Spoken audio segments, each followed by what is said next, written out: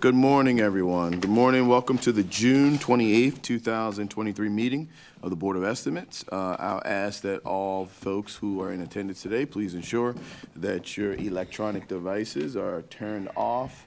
If not turned off, at least please silence them to ensure that we do not disrupt today's proceedings. For those, if there will be testimony virtually, I ask that when you are unmuted, you tell us who you are and where you're from before you start your presentation. You'll be recognized by the chair at that time. At this time, I would like to ask our amazing clerk, Ms. Celeste Amato, for any corrections, additions, or noted abstentions to today's agenda. Madam Clerk. Thank you, Mr. President, and good morning, everyone. We have the following changes to note this morning. First, in the absence of Mayor Brandon Scott, City Administrator Faith Leach will be sitting in as his designee and voting on his behalf this morning. We have the following changes, corrections, and walk-ons to note on page 15, SB 23-12384, Procurement Sole Source Contract Number 8000, Motorola Technology License Service Software Agreement. This item was added to the agenda on June 27th. We have the following deferrals to note this morning on page 15, SB 23-12384, Procurement Sole Source Contract 8000, Motorola Solutions, Inc., Technology License Service Software Agreement. This item is being deferred until July 19th at the request of the President.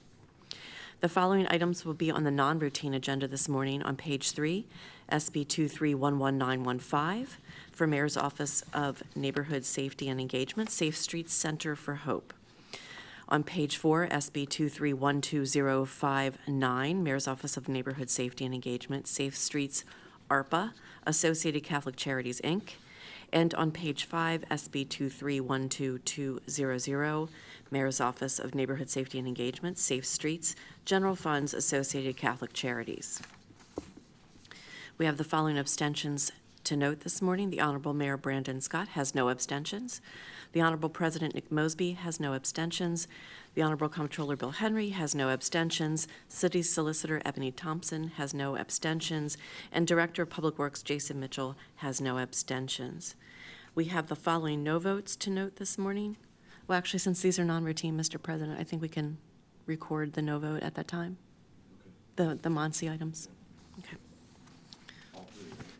All three, yes, sir.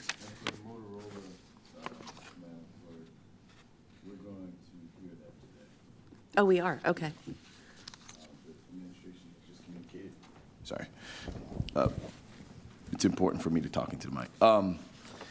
So for the Motorola issue, we're going to hear that today. The administration has communicated that it's time sensitive, so we're going to take that up today. Okay, so we'll note that as a walk-on. Yeah, and it would be on the non-routine. Correct.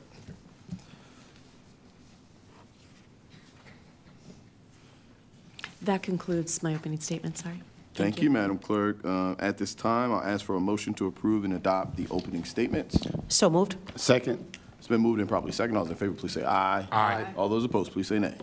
The ayes have it. The opening statement has been adopted. I now direct the board's attention to a memorandum from my office dated June 27, 2023.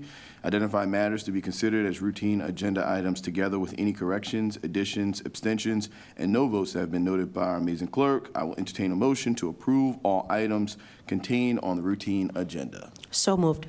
Second. It's been moved and probably second. All those in favor, please say aye. Aye. All those opposed, please say nay. The ayes have it. The routine agenda has now been adopted. The first item on non-routine agenda can be found on page 3, SB 23-11915, the Mayor's Office of Neighborhood Safety and Engagement.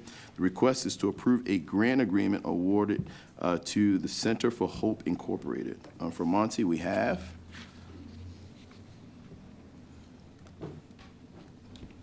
Good morning. Stephanie Mavronis, Chief of Staff with the agency.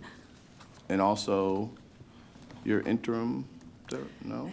Beginning Monday, at the conclusion of Director Jackson's tenure, I will be serving in an interim capacity. Okay, thank you so much. At this time, the floor is yours. Thank you very much. I'm here to share some information regarding this multi-year agreement associated with Baltimore's flagship violence intervention program, Safe Streets.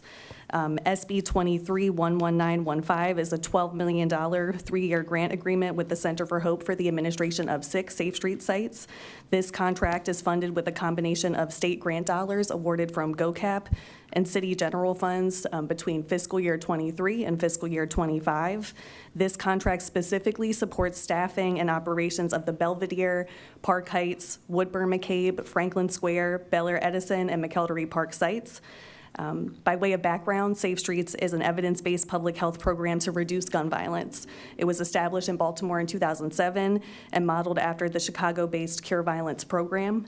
Safe Streets outreach workers and violence interrupters quite literally work on the front lines, which includes putting themselves in front of firearms to de-escalate situations and mediate conflicts within their post. And in 2022, across all 10 sites, Safe Streets workers mediated 2,207 potentially violent conflicts. Safe Streets Baltimore site administrators, like the Center for Hope, are responsible for a few things: overall administration, human resource management, and employee services for Safe Streets staff, along with requirements for data reporting, data collection, management, and review. That's part of what this contract supports. This contract specifically funds personnel costs, rent for the 6 sites mentioned, staff development, uniforms, community engagement events, public education materials, and other operating expenses across 6 sites.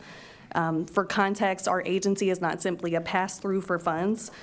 This agency serves as a technical assistance provider, and so we're working with sites on a daily, weekly, and monthly basis. The urgency of this agreement on the board agenda today is that it covers fiscal year '23 operating costs, and so the Center for Hope has been fronting those costs on the city's behalf while working with the city through the contracting process.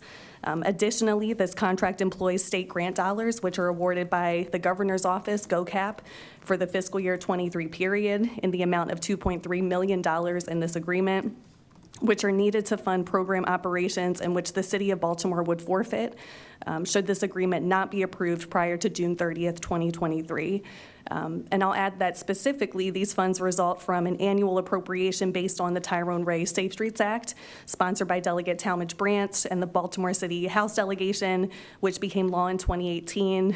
It requires the governor to appropriate $3.6 million annually in the state budget for Baltimore City grants to organizations administering Safe Street sites, and so that's the state funding that is critical as a part of this agreement today. I want to add, and I know we'll be discussing 2 additional agreements that are also on the board agenda and non-routine today.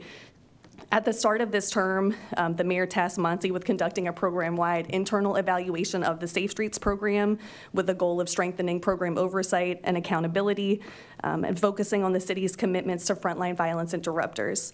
That evaluation was publicly released in April 2022 and also led to the creation of the first ever standard operations manual to unify operations across all 10 sites. In September 2022, the mayor and Monty announced an updated operations model for the program, which reduced the number of organizations that administered Safe Streets from 8 organizations to 2, LifeBridge Health Center for Hope, this agreement that we're speaking about right now, and Catholic Charities. The transitions in site administration were complete in January 2023, and that's at which point we began the process with the city to work on these agreements. Both operators have previously served as Safe Streets administrators. They know this work very well, believe deeply in the program, and we thank them for their strategic partnership as they work with us to continue strengthening implementation of this work. I would also say that we've increased technical assistance and training opportunities via MONSE. We've increased the salary floor for site staff. That's something that's reflected in these contracts today. We've instituted cost of living adjustments for frontline violence intervention workers for the very first time, and developed a new locally based case management system. And so that's something that MONSE has worked very closely with our sites to implement.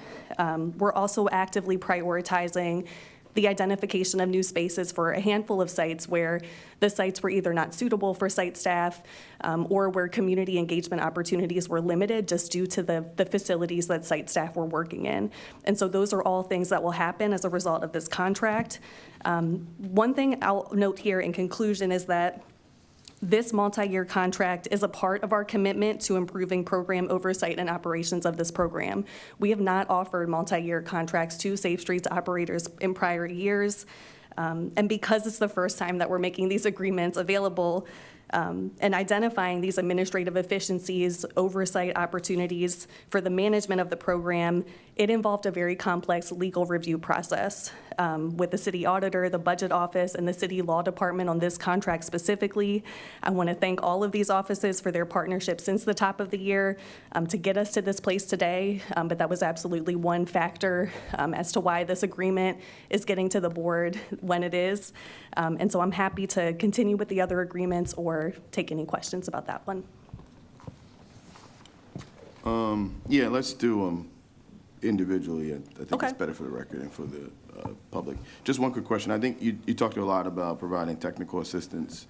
I guess, are we saying technical assistance to LifeBridge and Catholic Charities? We work directly, I would say we hold regular, I believe monthly strategic oversight meetings with LifeBridge and Catholic Charities. So on an administration side, we're absolutely working with them. We're also working with them in partnership with their sites.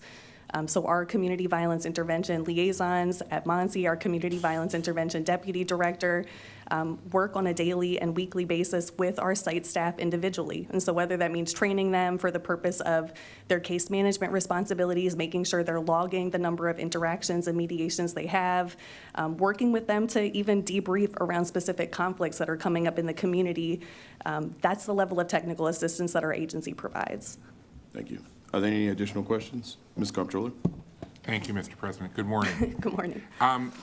Just you touched on the fact that this contract will include funds to increase the staffs at the individual site locations. Do you have those details with you? I think I mentioned site or staff salary I'm increases. sorry. It's Yeah. increasing staff salaries, not total Yes, numbers. so we essentially raised the floor from what it's historically been for these frontline staff. Staff at the sites operate at a few different levels. You have violence intervention workers, you have violence prevention coordinators, you have site directors.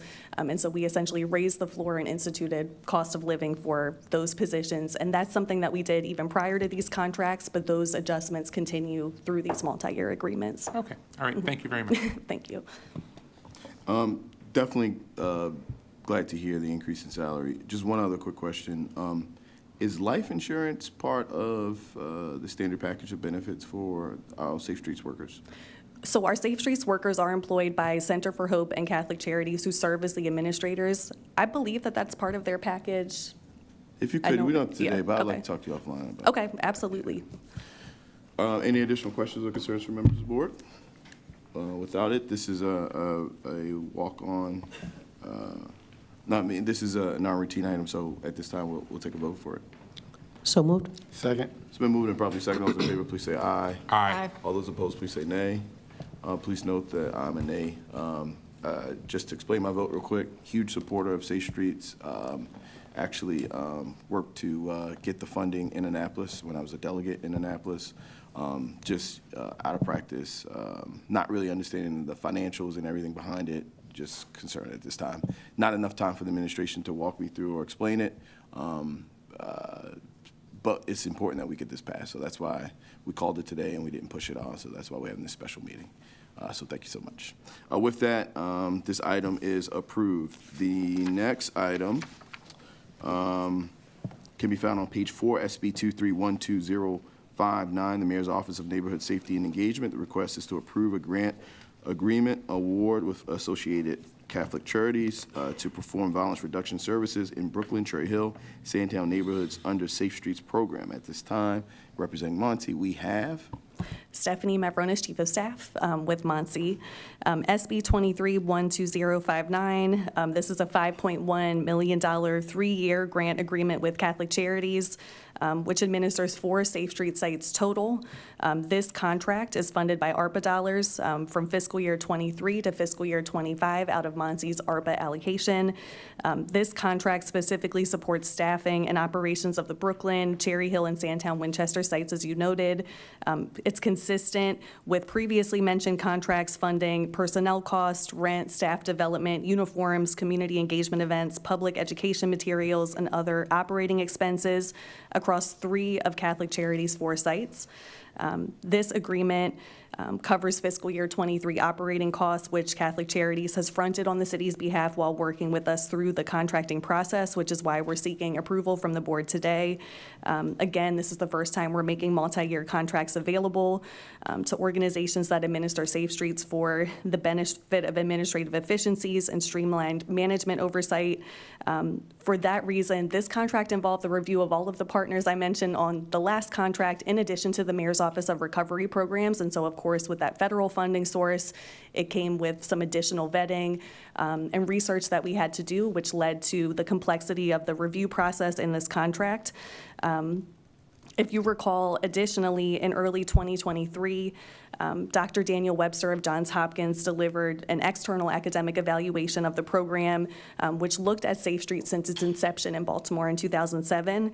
And the evaluation found that the weighted average of program effects across all sites were associated with a statistically significant 23% reduction in shootings where the program operates. His evaluation also estimated social and economic benefits of $7.20 to $19.20 for every dollar spent on the program, according to which model you use to estimate benefits. This was part of our justification for using ARPA funds for the very first time for Safe Streets. We have not used ARPA funds in the past to support this work, and so we're really happy that we can use it to support this work today and really augment the funding that we're able to give to this work.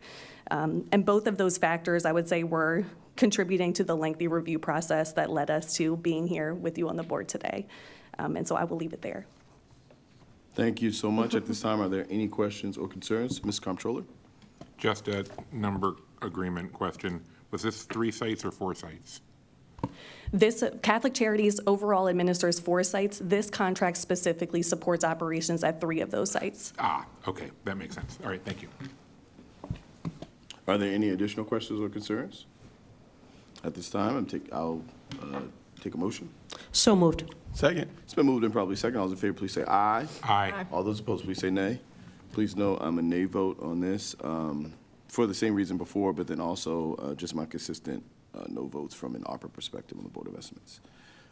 Thank you so much. This item is approved. The next item and the last item from a Monty perspective can be found on page 5, SB 2312200, the Mayor's Office of Neighborhood Safety and Engagement. The request is to approve a grant agreement award with Associated Catholic Charities Incorporated for violence reduction services in Cherry Hill and Penn North neighborhoods under Safe Streets program. Once again, we have Stephanie Mavronis, Chief of Staff at MONSE. Thank you very much. This is a $3.9 million 3-year grant agreement with Catholic Charities, which again administers 4 Safe Street sites total. This contract is funded by city general funds, which are a part of MONSE's budget from fiscal year '23 to fiscal year '25. This contract specifically supports staffing and operations at 2 of Catholic Charities sites, and so it includes expenses for Cherry Hill, and it includes total expenses for the Penn North site. It also funds personnel costs, rent, staff development, uniforms, community engagement, public education, and other operating expenses. Note that the Cherry Hill site is split between the ARPA-funded contract and this one. Really was just a matter of funding, also led to some of the complexity in the funding exhibit for this contract and the review process. Again, these are sites for which Catholic Charities has been fronting fiscal year '23 costs. We've received invoices from Catholic Charities and LifeBridge, and we're really looking forward to being able to execute these contracts, to execute payment. And just want to say thank you again to the various city partners who were a part of our ability to bring multi-year contracts to the board, but was absolutely a factor in when this contract is arriving at the board. And we're grateful that with multi-year contracts in place, we'll be able to not just turn right back around and start the contracting process again. I know our strategic partners in this work really are grateful that the city has been able to work with them in this way. And with that, happy to answer any questions. Thank you so much. At this time, are there any questions? Ms. Comptroller? Last number question of the morning. How much is the total contract amount over 3 years for this one? The total contract amount, I believe, is just under $3.9 million total over 3 years. Okay, thank you. At this time, the body will be willing to take a motion. So moved. Second. It's been moved and probably second. All those in favor, please say aye. Aye. All those opposed, please say nay. The ayes have it. Please note that I'm a no vote on this for the aforementioned issues. Thank you so much, and congratulations again. We look forward to working with you. Next up, in the last item, we're going to take as a walk-on, which is SB 23-12384, procurement sole source contract, number 08000, Motorola Technology License Service Software Agreement. At this time, we have Todd Carter, CIO for Baltimore City. Todd Carter, CIO for Baltimore City. I have with me T.R. Pearson, our contract manager for BSIP. Good morning. Got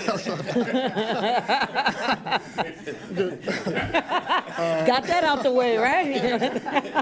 Good morning, Council President, Madam CIO, and Comptroller, and the remaining board members.